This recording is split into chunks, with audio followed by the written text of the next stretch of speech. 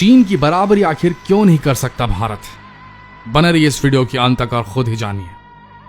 भारत और चीन की जनसंख्या लगभग बराबर होती जा रही। शायद 2021 की जनगणना में भारत चीन को भी पीछे छोड़ दे। भारत देश तकनीक और इंफ्रास्ट्रक्चर के मामले में धीरे धीरे आगे बढ़ता जा रहा है, लेकिन ऐसी क्या वजह है कि भारत चीन को आज के वक्त में नहीं पछाड़ सकता? हालांकि आज चीन को दुनिया के सभी देश संदेह की निगाहों से देख रहे हैं और सब यही मान रहे हैं कि कोरोना वायरस चीन की ही साजिश है, और बहुत से देश चीन को बायकॉट करने का विचार बना चुके हैं या बना रहे हैं। लेकिन उसके बाद भी चीन की अर्थव्यवस्था की नींव को हिला पाना बहुत मुश्किल है। असल में चीन की अर्थव्यवस्था पहले इतनी मजबूत नहीं थी। 1970 के दशक में चीन ने अपनी अर्थव्यवस्था को दुरुस्त करने का विचार बनाया और अपने देश में कई विदेशी कंपनियों को आमंत्रित किया। धीरे धीरे चीन में कई विदेशी कंपनियों ने अपने मैन्युफैक्चरिंग यूनिट्स को डालना शुरू किया और देखते ही देखते चीन कंपनियों के लिए एक मैन्युफैक्चरिंग हब बन गया।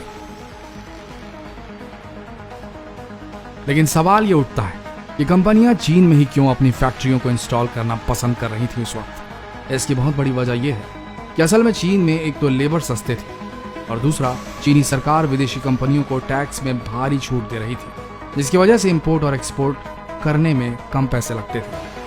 और यही कारण था कि जिसकी वजह से चीन में बाकी देशों के मुकाबले प्रोडक्ट बहुत ही कम दामों में बनाए जा सकते थे और कंपनियां बेहतरीन मुनाफा कमा सकती थी।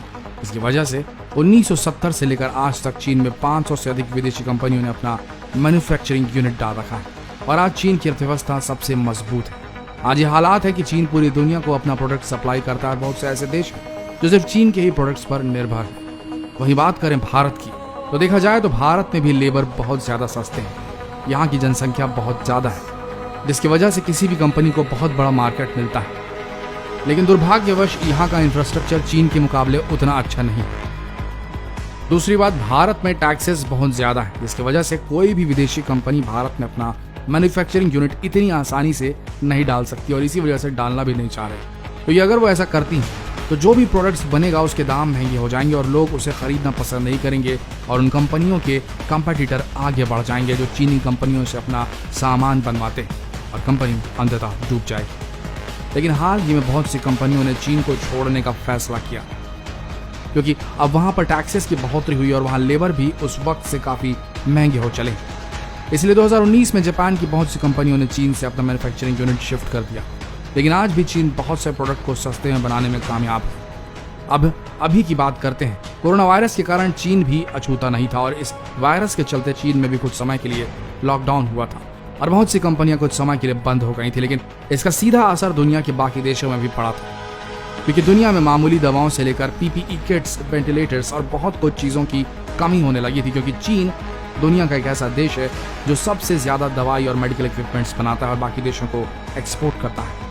अब आप इसी से समझ सकते हैं कि किस तरीके से पूरी दुनिया चीन के प्रोडक्ट्स पर निर्भर हो चुकी है और यही वजह है कि चीन की अर्थव्यवस्था आज बहुत मजबूत है। लेकिन सवाल ये उठता है कि क्या भारत चीन को कभी पछाड़ सकता है? देखा जाए तो आने वाले 20 से 30 सालों में शायद ऐसा हो सकता है, लेकिन आज के माहौल में ये बिल्कुल संभव नहीं, क्योंकि भारत का इंफ्रास्ट्रक्चर, तकनीक और टैक्स, इन सब के मामलों में चीन बहुत आगे है और भारत को विदेशी कंपनियों को अपने देश में आकर्षित करने के लिए बहुत से कार्य करने होंगे, जिसके लिए सालों का वक्त लगेगा।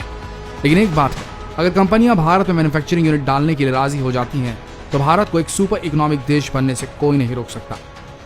आपके क्या विचार है इस बारे में और भारत की सरकार को इसके लिए क्या उचित कदम उठाना चाहिए? कमेंट बॉक्स में जरूर लिखें। बने रहिए हमारे इस पेज के साथ लेटेस्ट अपडेट्स पाने के लिए। मिलते हैं अगले दिलचस्प वीडियो में, तब तक के लिए आप सबका दिल से धन्यवाद।